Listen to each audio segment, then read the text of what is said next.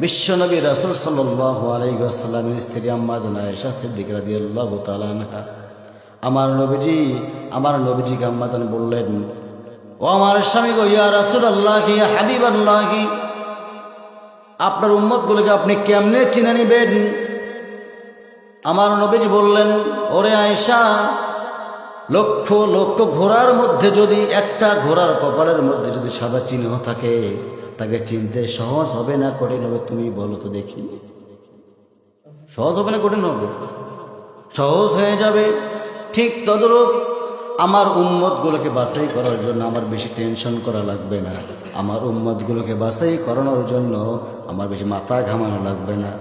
তার কারণ তাদের মাথার মধ্যে, তাদের চেহারার মধ্যে, তাদের ফেসের মধ্যে মহান আল্লাহ রব্বুল আলামিন নূর চমকা দিয়ে দিবেন।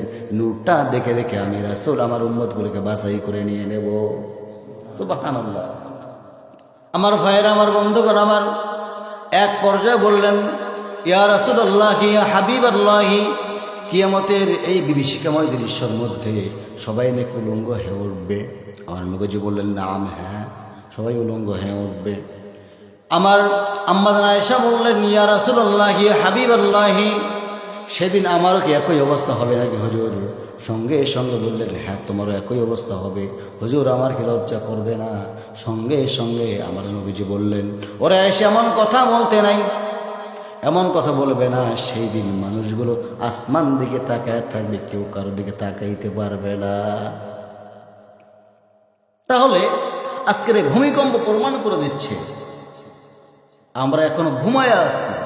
ভূমিকম্প বলে দিল জাগ্রত হও, আর আমরা এখনো ঘুম পাড়তেছি। ঠিক কিনা ভাই?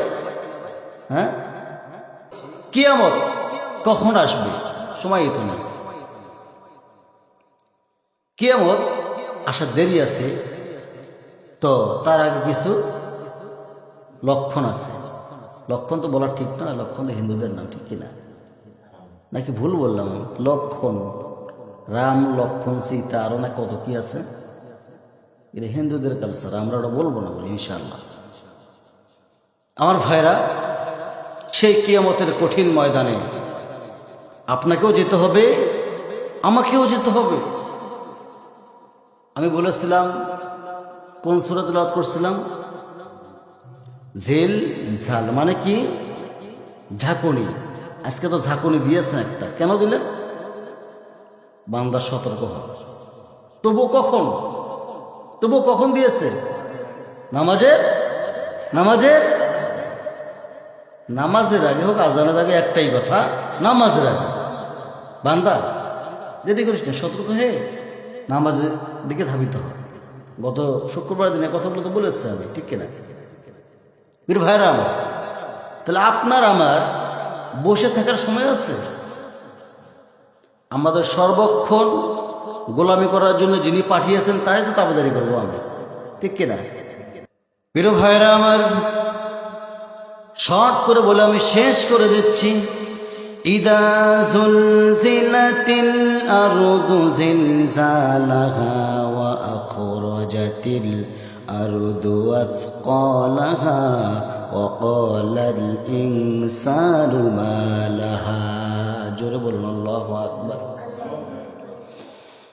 আল্লাহ রাব্বুল আলামিন বলেন, কম্পন সৃষ্টি হয়ে যাবে, গোটা পৃথিবীটা ঝাঁকুনি দেওয়া শুরু হয়ে যাবে, পাহাড়গুলো ছিটকে ছিটকে পড়ে যাবে, আসমান থেকে তারকাগুলো, লম্বা আলোচনায় যেতে যাচ্ছে না, আমি অসংখ্য আয়াত আছে, এখান থেকে আমি ঠোকা মেরে মেরে আপনাদেরকে বোঝানোর চেষ্টা করতেছি, সময় নেই। আসমান থেকে তারকাগুলো জমিনের মধ্যে ছিটকে ছিটকে পড়বে, মানুষগুলো বলবে, আহারে, এত সুন্দর দুনিয়ার মধ্যে এত কিছু বানালাম, এত কিছু সাজালাম, আজকে তো দেখি সব কিছু মাটির সঙ্গে মিশে যাচ্ছে। প্রিয় হাজিরিন, আল্লাহ রাব্বুল আলামিন ঘোষণা দিয়েছেন, বিশ্বনবী মুহাম্মদ সাল্লাল্লাহু আলাইহি ওয়াসাল্লাম তিনি নিজেও বলেছেন, এই বিভীষিকাময় দৃশ্য যখন মানুষের সামনে চলে আসবে, কিয়ামতের দৃশ্য, সেই সময়ের মধ্যে আমরা ছিলাম রুহের জগতে। এই রুহের জগতের মধ্যে মহান আল্লাহ রাব্বুল আলামিন আমাকে আপনাকে প্রশ্ন করেছেন নালাস্তু বিরব্বিকুম, আমি কি তোমার রব নই? আমরা সঙ্গে সঙ্গে বলতে এসে ক্বালু বালা, হ্যাঁ আপনি আমার রব। এই স্বীকৃতি দেওয়ার সঙ্গে সঙ্গে আল্লাহ রাব্বুল আলামিন মায়ের পেটে পাঠাইলেন। কোথায়? মায়ের পেটের মধ্যে পাঠাইলেন। কয় নম্বর জগৎ বলেন? কয় নম্বর? 2 নম্বর জগৎ। রুহের জগতে বলা হয় আলমে আরওয়াহ। কি বলা হয়? রুহের জগতের নাম কি? আলমে আরওয়াহ। আর 2 নম্বর জগৎ মায়ের পেটে, আলমে বুতুন, মায়ের পেট। 3 নম্বর জগতে চলে আসলাম মায়ের পেট থেকে। মায়ের পেটের মধ্যে খাওয়াইছে কে? মেলা বলছি, ওদিকে না যাই। আজকে আমরা এখন 3 নম্বর জগতের মধ্যে এসেছি। এই 3 নম্বর জগতের মধ্যে আমাদের কার্যক্রম কি থাকা লাগবে? আখিরাতমুখী হতে হবে আপনাকে আমাকে, অন্যদিকে হলে হবে না। আখিরাত এমন একটা বিষয়ের নাম, আপনি যদি চিন্তা করেন একবার ফুলসিরাত কেমন হবে, এই ফুলসিরাতুল চিন্তা যদি আপনি আমি করে ফেলি, আপনার আমার দিলের ভিতরে এমন একটা ভয় জাগ্রত হবে। প্রিয় ভাইরা আমার, ফুলসিরাত এমন একটা বিষয়ের নাম, 4 থেকে 5 শ্রেণীর মানুষ টেনশন ছাড়াই চলে যাবে, টেনশন ছাড়াই চলে যাবে। 4 থেকে 5 শ্রেণীর মানুষ টেনশন ছাড়াই চলে যাবে, তাদের কোনো টেনশনই হবে না। আর বাকি যারা থাকবে আমাদের মতো নরাধম অধম গুনাহগার গোলাম, তারা কি করবে? বিভীষিকাময় দৃশ্যের মধ্যে পড়ে যাবে। আল্লাহু আকবার।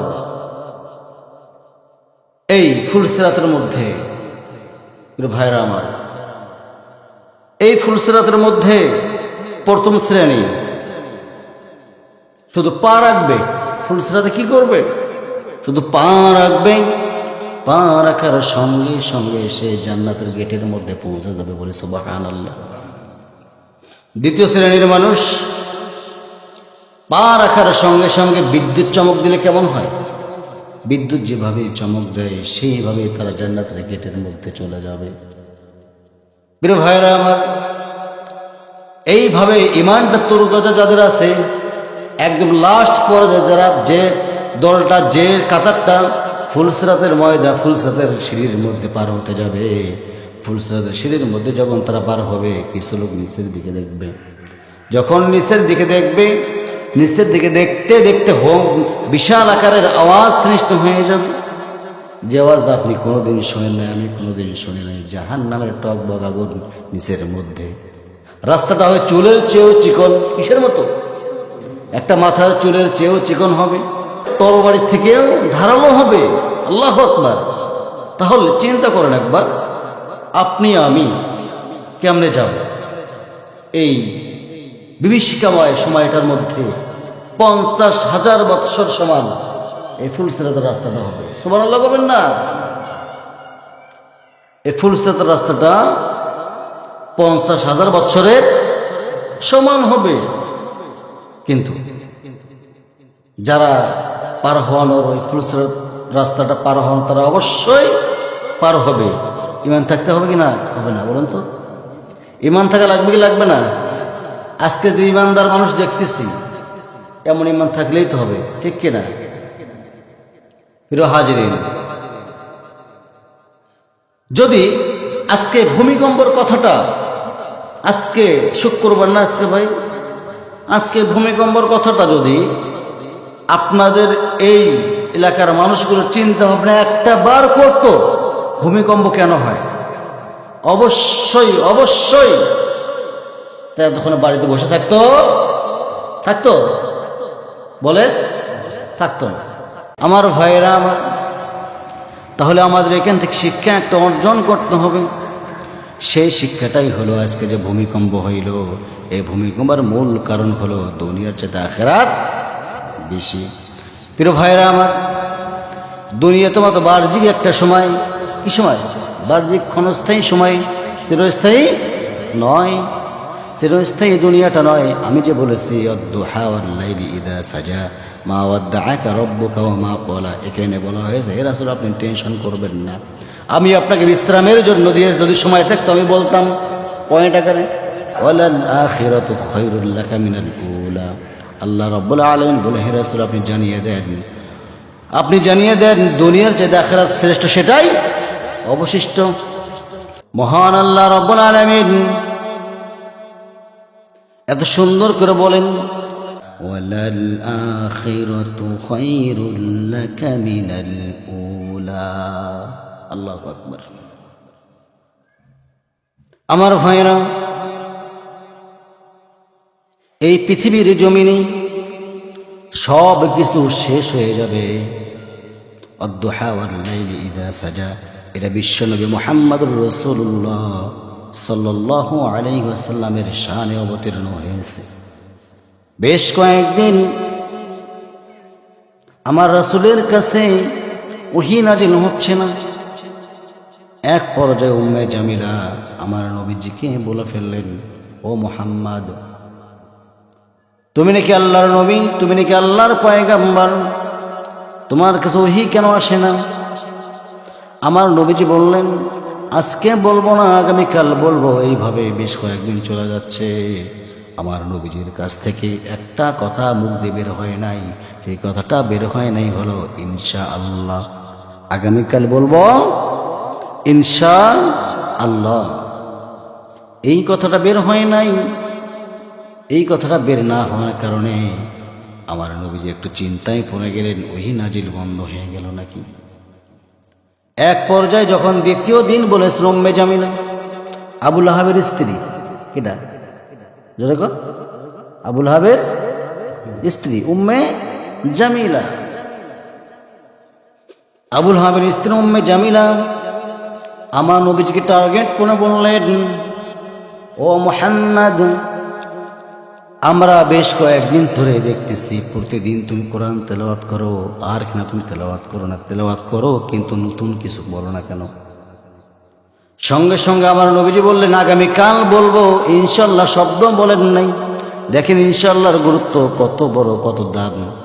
আমার ভাইয়েরা, আমার বন্ধুগণ, আমার এই ইনশাল্লাহ শব্দের ব্যাখ্যা যদি আমরা জানতাম, প্রত্যেকটা কথার মধ্যে বলতাম ইনশাআল্লাহ। আমার ভাইয়েরা, আমার বন্ধুগণ, আমার মহান আল্লাহ রাব্বুল আলামিন সহ্য করতে পারলেন না। এক পর্যায়ে উম্মে জামিলা বললেন,